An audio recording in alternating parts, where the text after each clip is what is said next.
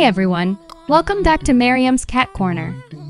I'm Miriam, the cat mama of 5 adorable fur babies, and today's video is a very special one. It's all about my sweet girl, Isabella, and her incredible healing journey after she battled dermatitis caused by a flea infestation. This was one of the toughest experiences I've ever had as a cat parent, and it took a whole year for us to get through it. But don't worry, this story has a happy ending. So grab a cup of tea, get comfy, and let's dive into Isabella's story. And stick around, I'll also share some tips on how to deal with cat-related infectitons in case your cats ever face this too. Let's get started. Before we get into Isabella's journey, let me introduce you to my cat family. I've got 5 cats: Isabella, Modi, Romeo, Diana, and Simba. They're all indoor cat. Well, except for one Modi. Moti is our street-smart, confident boy who's allowed to roam the neighborhood. He's like the king of the streets. He can stay outside for 2 or 3 days, exploring, making friends, and then he comes back home like nothing happened. I mean, look at him. Modi's adventures are great, but they come with a downside. He sometimes brings back uninvited guests. Fleas and ticks. And that's where this whole story begins.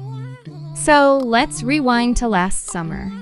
Modi had been out exploring as usual, and when he came back, I noticed he had 2 or 3 fleas on him. I removed them right away, but I didn't realize he'd also brought fleas into the house. At first, I didn't think much of it. I mean, a few fleas, no big deal, right? Wrong! Those fleas quickly spread to my other cats, who are all indoor cats and not used to dealing with pests like Modi is. Before I knew it, all my cats had fleas. Romeo started showing signs first. His hair on his forehead was thinning, and I thought, oh, maybe he's just shedding. Then I noticed Isabella had this crusty skin under her chin. I thought it was just knots in her fur, but it looked a bit weird. My brother saw it and said, that might be an infection or something. I brushed it off at first, thinking I could handle it, but I should have acted sooner. Looking back, that was my first mistake. I didn't take it seriously enough, and that's a lesson I learned the hard way. If you notice crusty skin or hair thinning on your cat, don't wait, check it out immediately. Fast forward to winter and things got so much worse. My cats have thick, long fur, which is great for keeping them warm, but it made dealing with fleas a nightmare. I couldn't shave their fur because of the severe cold. I didn't want them to freeze. But that meant I couldn't get to the fleas easily. I'd try to comb them out, but the fleas were hiding deep in their fur, and I couldn't kill them all. I was using a flea comb and some sprays, but with their long fur, it was like trying to find a needle in a haystack. The infestation just kept growing, and I didn't realize how bad it was getting for Isabella. By the time March rolled around, I started noticing Isabella was licking herself more than usual. She'd always been a clean cat, but this was excessive. Romeo's hair on his forehead kept thinning, and I could tell he was uncomfortable too. Diana and Simba were okay, but they had fleas too. But Isabella, she had it the worst. She couldn't even sleep peacefully anymore. One night, Isabella was sleeping on my bed, and I noticed she was so restless. She'd sleep for 1-2 minutes, then wake up, go to my study table to sleep, come back to the bed after 2 minutes, and keep switching sides. I'd move to the other side of the bed so she wouldn't be disturbed, but she just couldn't settle down. It broke my heart to see her like that. That night, at midnight, I decided I couldn't wait anymore. I had to see what was going on. I took my cat's trimmer and carefully shaved the fur around her neck to get a better look at her skin. And what I saw, it terrified me. Her neck was completely covered with red, crusty rashes. My poor baby was in so much pain, and I had no idea. I felt like the worst cat mama ever. I couldn't believe I'd let it get this bad. The fleas had caused full-blown dermatitis all over her body, and I knew we needed help fast. Thankfully, the vets in our area are open 24/7, so we rushed Isabella to them right away. They took one look at her and confirmed it was dermatitis caused by the flea infestation. They completely shaved her to get a better look at her skin and gave her some injections to help with the inflammation. They also prescribed dermatitis medicines and told me to start treating all my cats for fleas immediately. The vet gave us a skin ointment for Isabella, but honestly, it wasn't very effective. Her rashes weren't getting better, and I was so worried.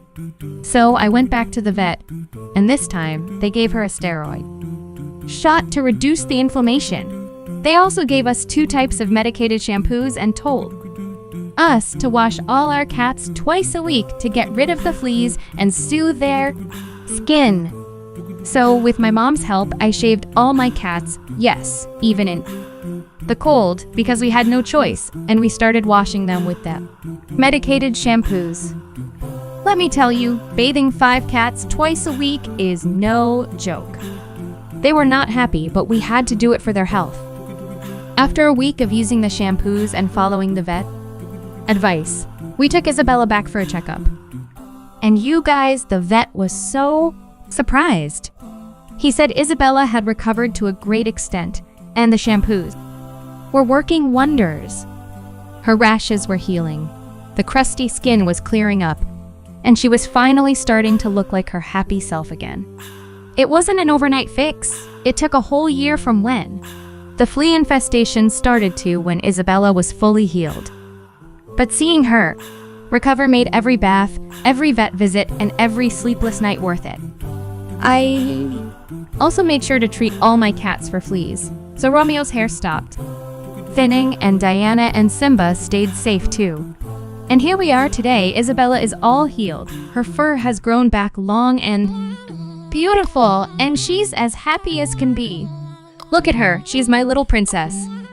Again, she is watching her budgies full of energy like before, and also painted a bird box for the budgies.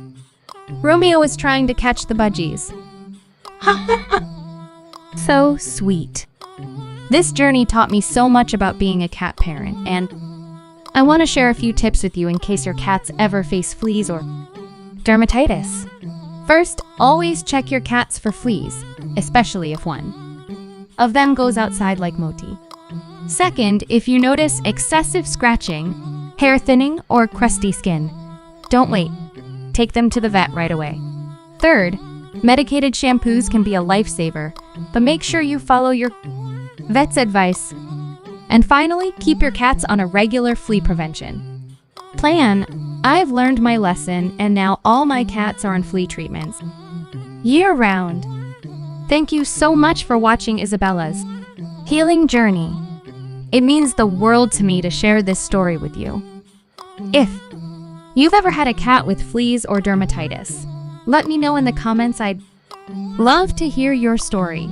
And if you want to see more of Isabella, Moti, Romeo, Diana, and Simba, don't forget to like this video and subscribe to Mariam's Cat Corner for more